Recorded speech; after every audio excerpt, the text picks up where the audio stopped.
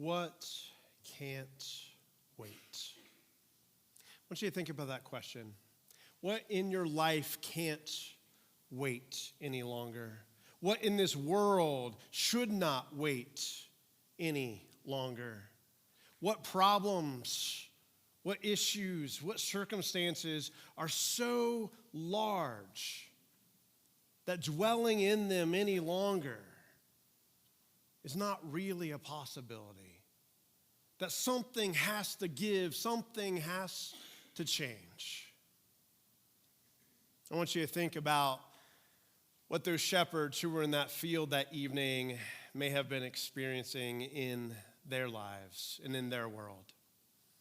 I want you to take yourself back to the first century in Israel, Palestine, in this little area of Judea, this little town of Bethlehem. I want you to consider what it might be like to be one of those boys or girls out there in the fields. I want you to think about what it means for a Roman Empire to be in charge of that entire area of the world. And I want you to consider living there and what couldn't wait for them. As they looked around their world, there didn't seem to be any hope. There certainly wasn't going to be any peace. And when you lack hope and peace, joy and love seem really far away, don't they? And it's in these circumstances that this story takes place. It's in a context of this Caesar Augustus issuing this decree for taxes and for a census that this story takes place. This is the context. This is the background. And as you hear those words, I want you to think this evening about your own context, your own story, your own background. As you walked into this place this evening, you had folks at the door. Sometimes it was even me going, "Merry Christmas!" And we sometimes plaster these smiles on our faces at this time of the year. But as we walk in, we all know what in our own lives can't wait any longer. And my hope for you this evening is you have encountered this story again as you've heard the words of these songs again. That you begin to go, I can't wait anymore. I need light right now. Our world needs light right now. I need my world, my life, my universe to transform. And that's why those shepherds went running to Bethlehem. That's why they went with haste. Did you hear that word?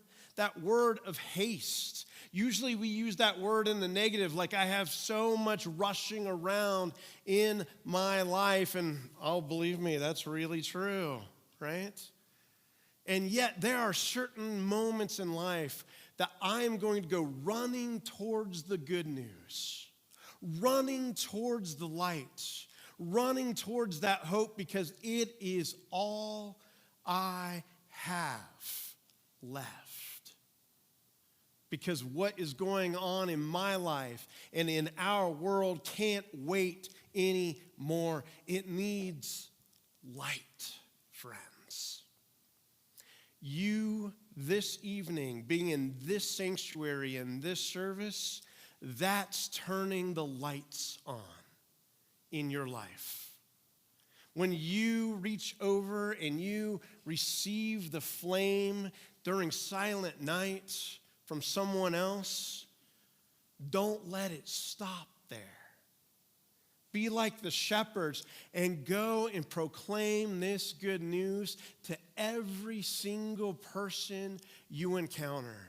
Our world is full of bad news. Our world is full of darkness. Our world often feels like the night is at its deepest. And what if you and I, hearing these stories again, singing these songs again, sharing these candle flames again, are the very thing that you and I need to take out into that world and light it up? Bring goodness, bring light, bring hope, bring joy and peace and love to each and every person that we encounter, because, friends, that's the only way that the world changes. Had those shepherds not showed up, can you imagine Jesus being born and no one hearing about it? Can you imagine that proclamation not going out across the countryside? But those shepherds living in the context and background that they were in, they had to run. They had to proclaim. They had to shout it from the rooftops because their world had changed. They had encountered the boy in Bethlehem, and that made all the difference in the world. And my hope for you this evening is that you and I can encounter the Christ child all anew. And that when we walk out into that night right there, that we will not let the flame passing stop. That when you get up tomorrow morning, may you and I be like Ebenezer Scrooge, having been visited by the ghost all evening long, and we throw open the shutters and open the windows, and we begin to shout that today is Christmas Day. That the holy has encountered the profane, that the sacred has literally invaded our world, that the light cannot be overcome. When you and I take the flame, friends, that's what changes the world. We take Christ. We take that light and we pass it. We pass it both physically here this evening. We pass it in each and every moment that we have in our lives. We pass it each time we encounter someone who's living in the shadows. We pass it each and every moment that we encounter someone who is, and so you can pass it, there you go, that is so in need of transformation. And maybe, just maybe, we will pass that around so far that it reaches the other side of the world. That we discover that things like famine and hunger and war and violence can be changed simply because we said, I am going to proclaim the good news in the midst of a dark, dark world. And in so doing, light it up. So let's light it up this evening. As you pass that flame to one another, as you begin to sing the words of Silent Night, as the lights come down, these lights glow all the more.